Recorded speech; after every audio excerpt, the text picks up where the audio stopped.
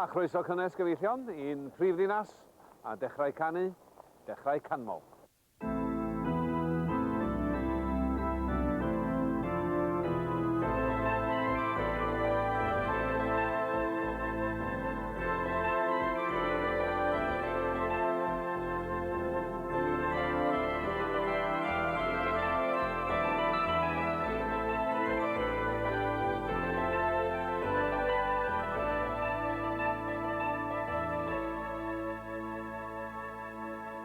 Fe agorwyd addoldi'r Presbyteriaid yn Ail Crwys Caerdydd reit ar ddechrau'r ganrif. Ond rhyw 2 flynedd yn ôl fe symudodd yr aelodau yma i Richmond Road a chartref ysbrydol newydd. Mae'n dir debyg mae'r unig gysylltiad rhwng yr eglwys a'r bardd enwog ydy'r enw. Ond dyma greu cwlwm ychwanegol reit ar ddechrau'r rhaglen heno drwy ganu un o emynau Crwys. Y dôn yw Eventide a'r emyn yn weddi am lonoddwch meddwl ag enaid i'n cynorthwyo i glywed dim ond llais tangnefedd a maddeuant Duw.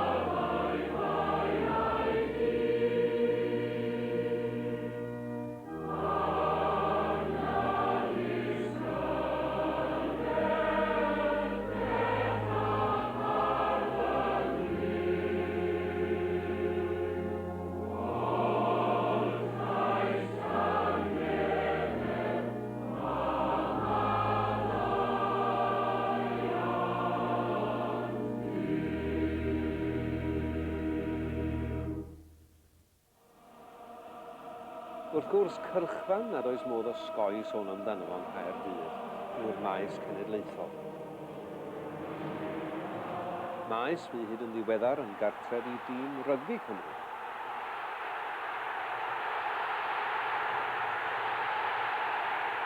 Erbyn hyn, fel y gwyddoch chi, mae renir yr adnoddau am tîm pêl-droed cenedlaethol.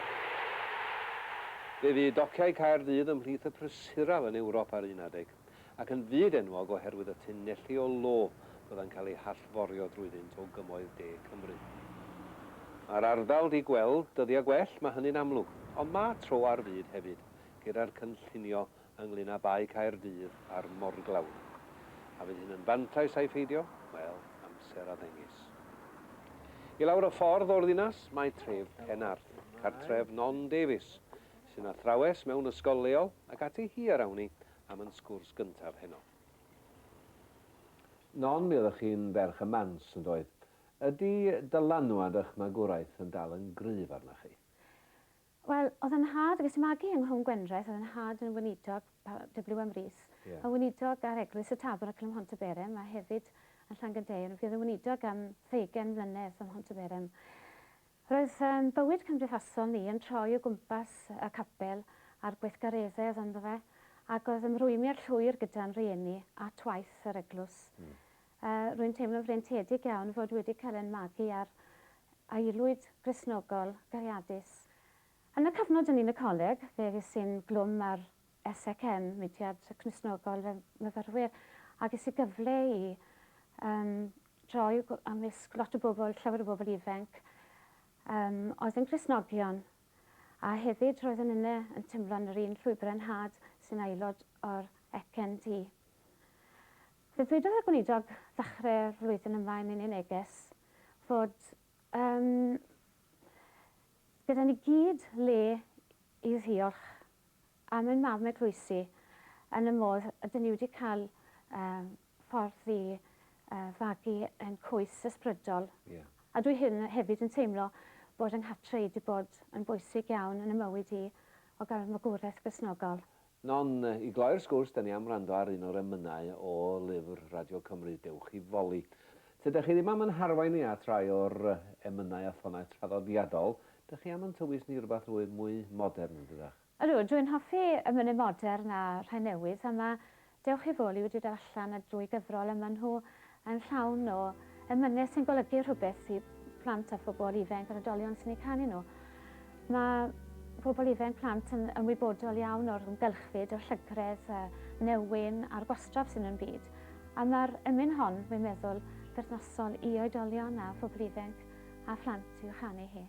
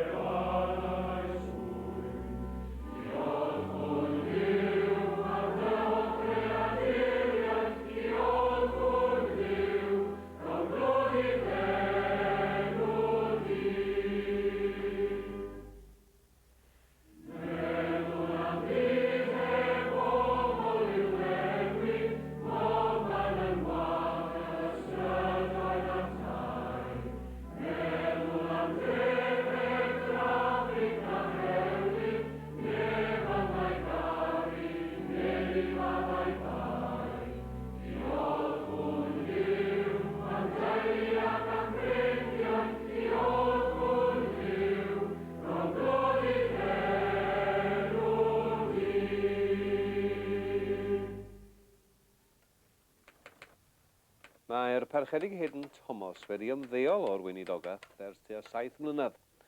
Yn wreiddiol o Gapel Hendre Rhydaman, mae ganddo ddiddordeb mawr yn y weinidogaeth iachau. Parchedig Haydn Thomas, mae'n dipyn o wyrth yn tydi eich bod chi yma'n siarad hefo fi heddiw. Wel, byddai rhai o bosib yn ystyried y gair gwyrth efallai braidd yn eithafol, ond yn bersonol, rwy'n gwbl argoeddiedig i'r bod mawr ddelio mewn modd arbennig iawn am mi am rhiod yn ystod y 2-3 blynedd a'i thibo. Yn Ebrill 88, fe ddwedwyd wrtho i bod gen i gancr. Oedd yn galw am driniaeth lawfeddygol ac fe cafwyd. Ond yn y cyfnod yma 88-90, roedd afiechyd fy mrhiod yn gweithygu. Mae hi'n dioddef oddi wrth y clefyd Alzheimer ers 8-9-10 mlynedd yn ôl pob golwg. Afiechyd wrth gwrs sy'n galw am ofal mawr, cyson, nos a dydd, cadw llygad arni bob amser bron. A ble mae Mrs Thomas ar hyn o bryd? Wel, erbyn hyn, mae yn y cartre yma, cartre arbennig i'r henoed sydd yn ffodus i mi, ond rhyw funud o siwrne o ddim ar rownd y gornel ac mae'n cael y gofal gorau posib. A mi'n mynd i gweld ein gyson a chael ei yma yn achlysurol. Ond fel y dwedais i yn y cyfnod 88-90 roedd cyflwr fy iechyd i a gofalu amdani hi yn braidd yn llethol. O fe ddaeth cynhaliaeth i chi yn ystod y blynyddoedd caled yma? O do, yn siŵr, fe ddaeth cynhaliaeth. O un brif yn honell, yn sicr, yn dyfe, sef y diw rwy yn ei addoli ac yn ei wasanaethu ar hyd fy oes. Ond i fod yn ei drigaredd ac yn ei ddoethineb mawr wedi defnyddio cyfryngau amrywiol i sianelu gariad a'i ras gwaredigol. Defnyddio'r teulu yn sicr, a'r gymdeithas Alzheimer gyda'i canolfannau dyddiol, a'r eglwys yn benna, aelodau o gorff Crist. Dwi'n teimlo fod yna rhyw addasrwydd neilltuol yn eich dewisiad o emyn. Mi hwn i bod John yn canu brofiad yn yr emyn. Ac fe alla unne hefyd dweud amen i'r neges i gydag ym mhob un o'r penillion yma. Gwn, does dim ymhedd. Gwn am y llaw a all yn cynnal i a'i gafael ynof ernas gwelaf hi.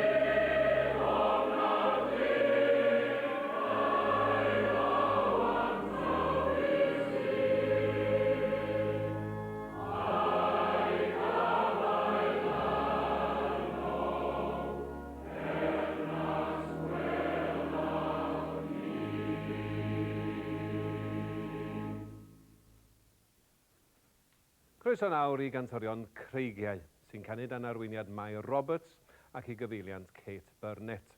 Ac i chi fel fi sydd wedi hen gynefino a gwrando ar yn coram meibion yn dehongli trefniant Daniel Prothero o'r Dôn Bryn Calfariad yn y penawd Laudamus, wel dyma gyflwyniad fydd o ddiddordeb mawr i chi.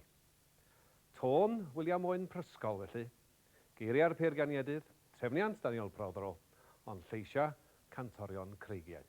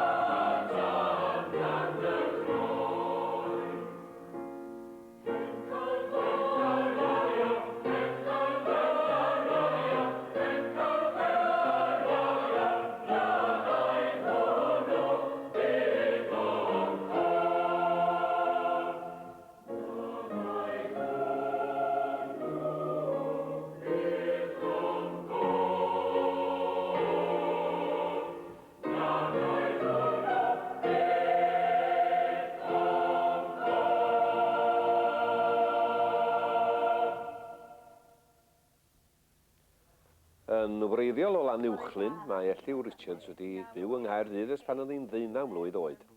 Mae'n nyrsio yn yr ysbyty frenhinol yn y ddinas. Wel, dyma chi, Elliw, ar fi'n paratoi i fynd i'r ysbyty. Be fydd yn eich gwynebu chi pen ewch chi yno? Wel bellach, dwi'n gweithio rhan amser yn ysbyty frenhinol Caerdydd ar ward lle mae cleifion yn dod i mewn i gael llawdriniaeth. Nid yn unig mae gwaith gofalu amdanyn nhw'n gorfforol, ond hefyd mae gwaith paratoi nhw yn feddyliol ac yn emosiynol. Llawer ohonyn nhw'n ofnus iawn ac erioed wedi bod mewn ysbyty o'r blaen. Da ni'n trio rhyw greu awyrgylch gartrefol ar y ward a dod i nabod y claf fel unigolyn, fel bod nhw'n gallu dod i ymddiried yno ni, a siarad yn mwy rhwydd am eu hofnau a'i problemau. Felly, da ni'n gallu bod yn gefn iddyn nhw, a hefyd yn obaith gobeithio i'r dyfodol. Ac yng nghanol yr holl broblem yma, sut ydych chi'n gallu cadw mor llawen? Mae'n siŵr am bod fi'n gwerthfawrogi bywyd a'r sefyllfa dwi yn. Dwi'n teimlo bod fi'n cael gwneud rhywbeth o werth mewn bywyd drwy helpu bobl llai ffodus na fi fy hun. A hefyd cael magu fy nau blentyn. Dwi'n teimlo bod fi'n cael byw bywyd llawn, a'r llawenydd felly'n dod yn naturiol, a bod fi'n cael cyfle i rannu fo yn ymarferol. Mae yna gyfnodau felly pan ydych chi'n teimlo Crist yn agosach ato chi? Oes, mae'n siŵr, ond dwi ddim yn hawlio gwybodaeth ddofn am diwinyddiaeth. Ond dwi jyst yn teimlo adegau bod yn rhaid i mi droi at Grist i ddiolch am y cyfan. Wel, i ddilyn y sgwrs werthfawr mae Elliw, dyn ni am wrando ar y dôn clawdd madog. Ond ydych chi am anelyn meddyliau ni yn dydach chi at yr emyn? Ydw, achos mae'r geiriau os gwelir fi bechadu rhyw ddydd ar ben fy nhaith. Nid yn unig yn dod ar rhyw wefr i mi wrth ei chanu hi, ond yn dod ag atgofion cynnes am lan uwchlyn, lle mae'r gan golygu gymaint. Mae yma briodas hyfryd emyn a thôn, a geiriau am bwysigrwydd y gobaith ym mhob sefyllfa. Os gwelir fi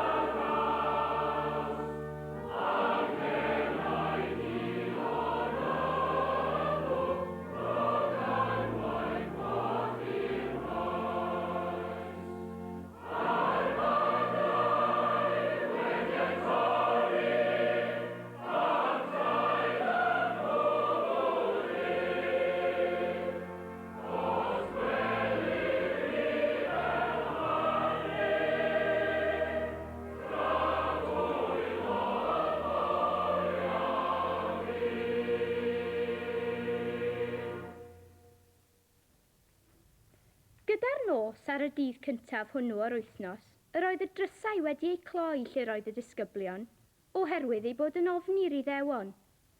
A dyma Iesu'n dod ac yn sefyll yn eu canol, ac yn dweud wrthynt, tangnefedd i chwi. Wedi dweud hyn, dangosodd ei ddwyloau ystlys iddynt. Pan welsant yr arglwydd, llawen ychodd y disgyblion. Medda Iesu wrthynt eilwaith, tangnefedd i chwi. Fel y mae'r tad wedi fy anfon i, yr wyf fi hefyd yn eich anfon chwi. Ac wedi dweud hyn, anadlodd arnynt a dweud, derbyniwch yr ysbryd glân. Os maddeuwch bechodau rhywun, y maent wedi ei maddau iddo. Os peidiwch ei maddau, y maent heb ei maddau.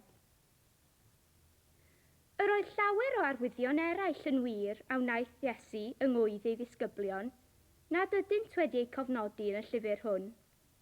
Ond y mae rhain wedi eu cofnodi mwyn i chwi gredu mae Iesu yw'r Meseia, mab Duw, ac mwyn i chwi trwy gredu gael bywyd yn ei enw ef. A chyn cloi'r ymweliad yma ag Eglwys y Crwys, cyfle i ddiolch am y croeso gafwyd ac i ddiolch i chi am eich cwmni. Fe ffarweliwn ni â chi yn sŵn y dôn gyfarwydd hyfrydol, a geiriau'r perganiadydd sy'n sôn am dangnefedd a ffurdeb geiriau'r Iesu. Ac ar derfyn dydd fel hyn, tangnefedd ydy'n dymuniad ni i chi. O Gaerdydd, noswaith dda.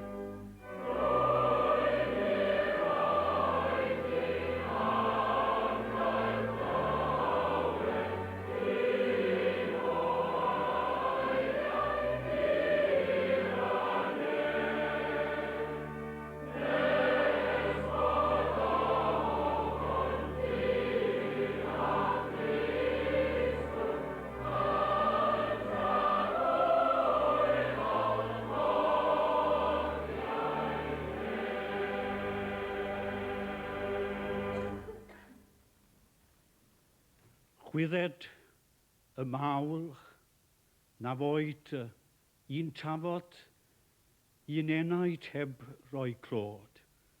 A brysiad y dydd pan fo'r enw sydd goruwch, y pob enw, yn seinio ar bob bryn ac ym mhob pant drwy ein gwlad. Ac atsain ymoliant yn ymledu drwy'r holl fyd. a gras ein harglwydd Iesu Grist, a chariadw, a chymdeithas yr ysbryd glân, a fyddo gyda ni oll. Amen.